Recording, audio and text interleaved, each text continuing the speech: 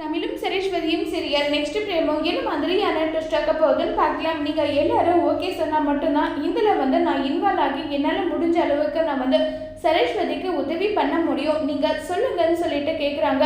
நமச்சி கோதைக்கிட்ட அம்மா முதலில் சரஸ்வதி அங்கே போயிட்டு ஏகப்பட்ட பிரச்சனையை சந்திச்சுட்டு இருக்கா, இதில் நீங்களும் போயிட்டு தேவையில்லாத பிரச்சனையில் வேண்டான்றாங்க.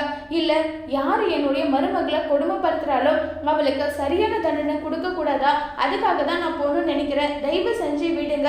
சரஸ்வதிக்கா மாமியாராக இருந்து நான் எதுவுமே இப்போ வரைக்கும் செஞ்சது கிடையாது, இப்போ மாமியாராக இருந்து அவளுக்கு ஒரு விஷயம் நான் செய்யணும்னு ஆசைப்படுறேன், அதனால தான் சொல்லுங்கன்னு சொல்லிட்டு கேட்டதும் நமச்சி ஒரு பக்கம் ஃபீல் பண்ணுறாங்க. நடேசன் உன் மேலே எனக்கு முழு நம்பிக்கை இருக்கு கோதை, ஒரு மருமகளுக்காக நீ இந்த அளவுக்கு எஃபெக்ட் எடுத்து நீ அவை ஜெயிலுக்கு போகணும்னு சொல்லிட்டு முடிவு எடுத்திருக்க, அதுக்கு ஆட்ஸ் ஆஃப் பண்ணுறேன்னு சொல்லிட்டு இருக்காங்க.